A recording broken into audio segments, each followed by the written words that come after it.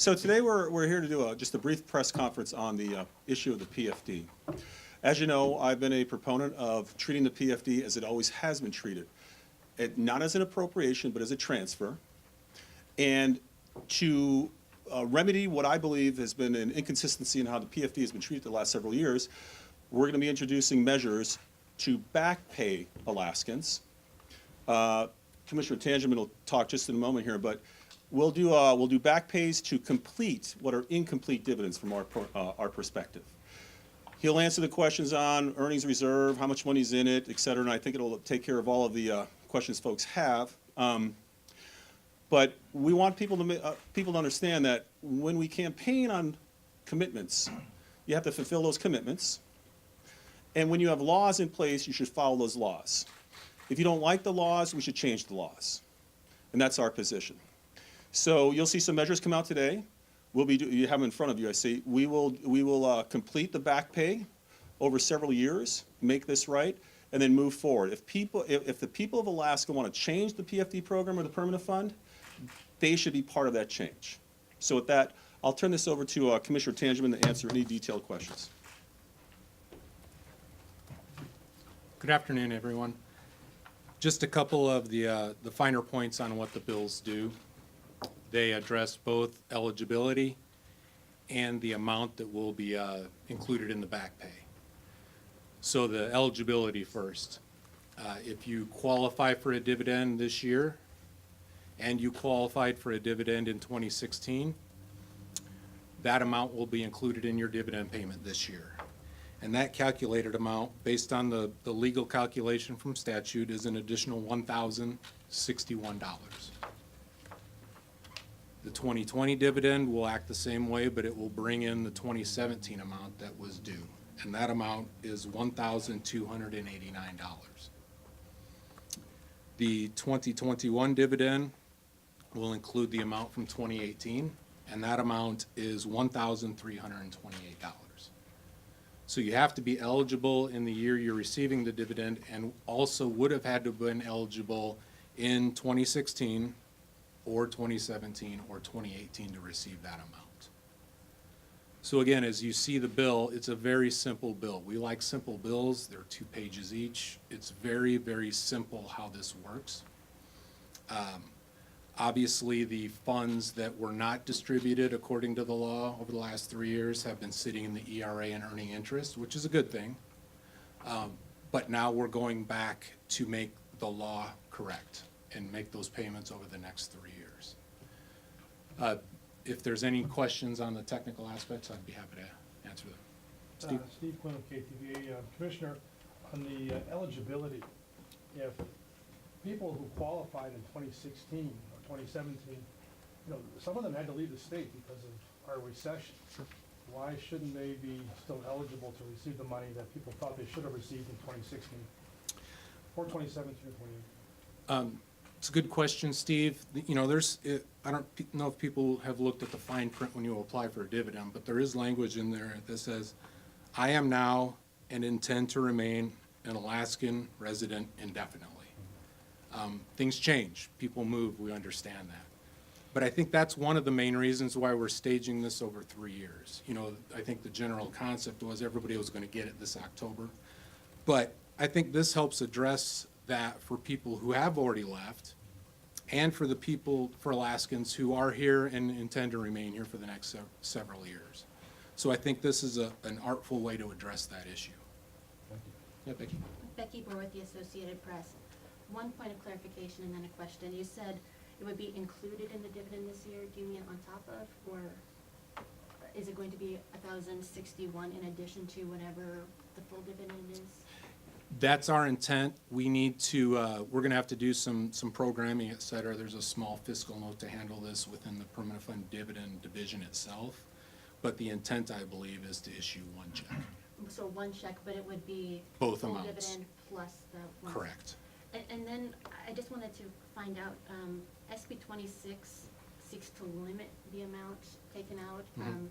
OMB has already had 1.9 billion for full dividend and $1 billion for budget. Right. Where does this fit in, and why should this not fall under that limit?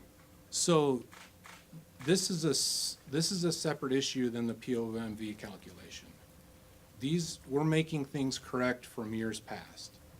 The POMV took effect in FY19, and that calculation still stands. It's 5.25 of the previous 5 years ending balances. That calculates to about 3 billion for FY20. So I view this as a completely separate issue. The POMV is the POMV. This is following the law that had been on the books for the last 3 years, and we're just making that right. Bruce, could I, just real, no, that's okay, stay here. There's 3 issues. There's following the law, which is the historic calculation that we're gonna follow. There is the POMV, which I didn't agree with, but is the law. That's a separate issue, the 3 billion, as Bruce mentioned. So this bill addresses the other issue, which is the back pay and making those dividends complete. So you would go into the ER where the back pay is and pull it out in this measure, where the PFD for this coming year would come out of the POMV draw under SB 26. Yes, James. In some of the later sections, the advance allocations of the dividends, given the way the formula is calculated for the dividend, it's based on years of investment earnings, right? Correct. How do you calculate the future dividends and the transfer in advance? So the calculation is still being based on, the dividend calculation is quite complex. It's 5 years, it's 21% of the statutory net income, and then 50%.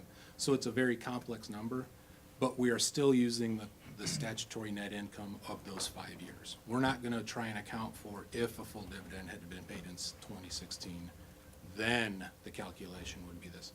We're just, again, it's very simple, it's very clean. We're just using the statutory net income of those years, Okay. regardless of what took place. And we know that one legislature can't bind another. I mean, what's the binding power of those sections then? There is no binding power as far as it is subject to appropriation, obviously, for future legislatures. Andrew Tangeman, Alaska Public Media and KTLO. Why didn't you do the entire payback in a single year? Good question, Andrew. I think that goes to the quote that I said that's the fine print. I am now and intend to remain an Alaskan resident indefinitely. Right now, today, January 16th, there are people that would have qualified and will get a dividend that are no longer in Alaska.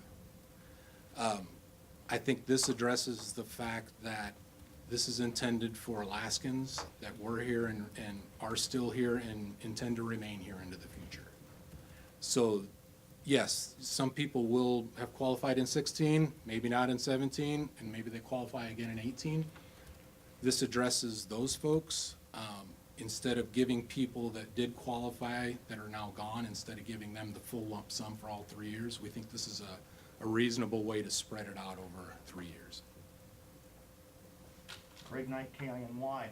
Knowing that all Alaskans are consumers, does the administration anticipate a bottom line bump as these folks get their increased dividends? Will there be a bottom line bump to the economy in Alaska? No doubt. Absolutely. No doubt.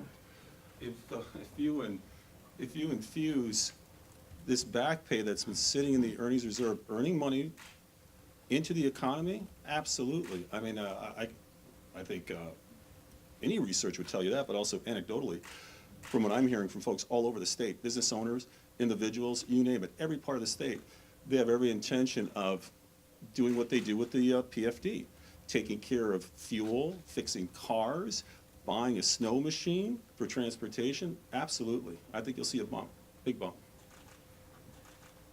Sean, go ahead. Sean McGuire, Channel 2.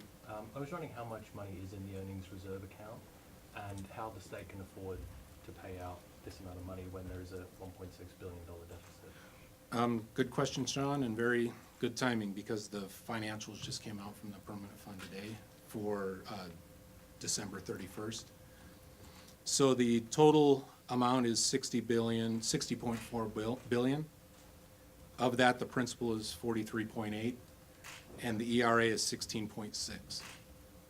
So just 2 months ago, the ERA balance was in that 17 billion, And despite some really active markets over the last couple months, most of those were in the unrealized portion.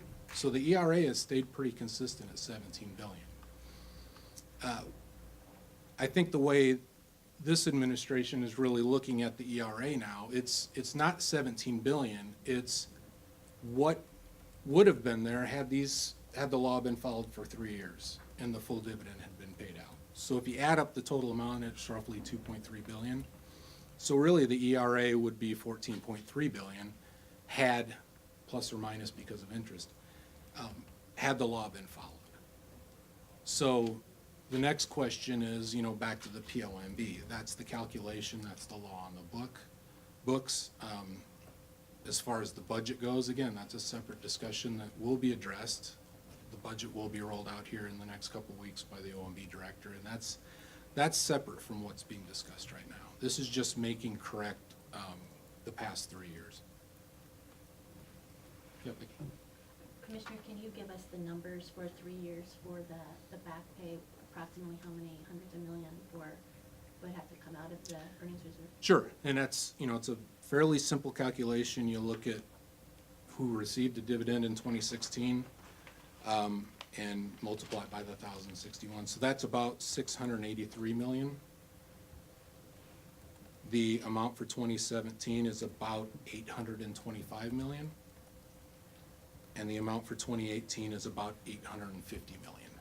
Now, that's the worst case scenario or the high end, because that's assuming everybody that would have qualified in 16 also qualifies in 19. We know that number is going to be less. So this is kind of the upper end, and that's about 2.3 billion total. Aaron? Erin McGrory, Fairbanks Daily News Miner. Up until this point, the PFD application process has been relatively straightforward.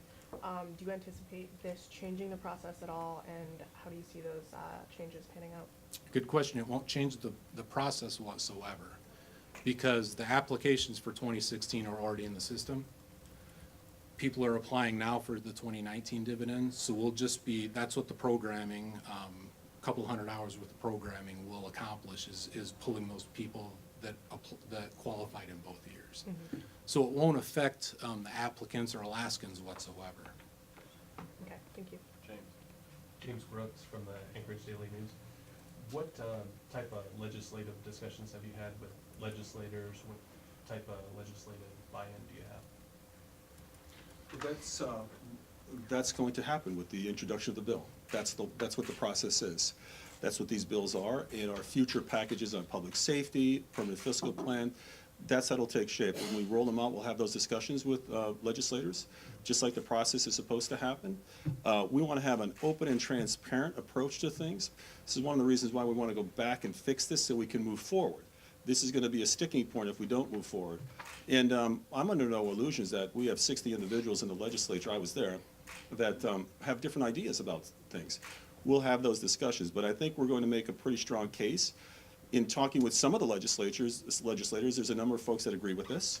On both sides of the aisle, I think there's a bill being introduced on the Democrat side to make this right as well. So I think it'll be an interesting discussion, a vigorous discussion. I think in the end, the legislature will do the right thing. It was asked, what are people going to spend their money on, right? We just had an earthquake on November 30th. We're working through some issues with the federal government and FEMA to try and get earthquake, some funds here to take care of our infrastructure. But a lot of folks lost a lot of things in their houses as well. A lot of things. And so, again, this is probably, it's unfortunate that we have to do this. As I mentioned, and I think the record's pretty clear, I wasn't necessarily in agreement with how things happened in the past. But we want to move forward. That's what this is all about. Governor, you've expressed an interest in putting the permanent fund dividend in the Alaska Constitution. There are a couple of proposals related to that that have already been made pre-filed. Do you anticipate filing your own legislation, or have you taken a look at those, or I guess you're not in a position, but have you taken a look at those, and what are your thoughts on putting this in the Constitution? Well, I've been consistent in that I want the PFD protected. We'll be reviewing all the bills. We'll be rolling out our own bill that will make this happen as well in terms of putting it in the Constitution. Steve? Governor, I know that there's often are exceptions. What about the military who, you know, they can only commit to what the federal government says and maybe not necessarily to the application? You talking about back pay? Back pay, yes. We've talked about a lot of these issues, you know, and it can get really complex. We felt that this was the best way to approach this, is using this methodology. And we understand, I mean, we have nothing but respect for our military, and we understand they get transferred, but this is what we believe is going to work. If through the process, somebody comes up with a better idea, we're more than willing to listen to it. But this is what we're rolling out now because we think it'll work. Real quick, I want to check in if we have any calls from online, on the phone. We have no questions over the phone lines at this time. Thank you very much. Steve? Greg. Or go Greg, ahead. Greg, Or Greg, Greg, Greg, excuse me. yeah. This might be a better question for the commissioner. Will staggering the payments to the PFD, the back PFD, as opposed to one lump sum, have any effect whatsoever on the credit rating of the state of Alaska? It shouldn't, and if it did, it would only be positive because we're leaving money in the ERA to earn interest and grow that account. So, having not spoken with bond counsel at all, I would assume it wouldn't harm our credit rating, actually. So we may have time for one or two more questions, so Becky, go ahead, and maybe one more. For the governor, sir, you mentioned your own bill dealing with PFD and the Constitution, and in this packet, it mentions full dividends through 2023. Is that to say then that you're comfortable knowing the state of play with the state's finances, that you're comfortable pressing forward with the traditional formula, or should we expect some sort of change? No, I'm comfortable with the way the law is, and I'm comfortable with the people being involved in any changes. You know, it's fascinating, Becky, when you think about it. We all run for office, 61 of us. We go to the very people we're talking about right now. We lay out our agendas, we lay out our campaign planks, and we ask them for their vote. And then when we come down here, what often happens is we don't follow those campaign promises. One of the things I ran into the campaign trail when I was out there was we don't even follow our own laws sometimes. This does not do a lot to gain the trust of the people in the political system or their politicians. So again, I want to involve the people of Alaska in the permanent fund and the PFD. I think what happened back in the 70s and early 80s, I think those folks were enlightened. There were a number of constitutional amendments that were contemplated, and those enlightened politicians back then engaged the people of Alaska. And just imagine for a second if they were never engaged and there was never a permanent fund. You wouldn't be talking about $64 billion. We wouldn't be having this discussion. So I put my faith in the people of Alaska. I'm going to put my faith in hopefully a whole bunch of enlightened legislators so that we can make sure that Alaska rights what I think was a wrong, and we can move forward with the engagement of the people to see what we want to do with the permanent fund or the PFD. All right, I think that's it, guys. Thank you very much.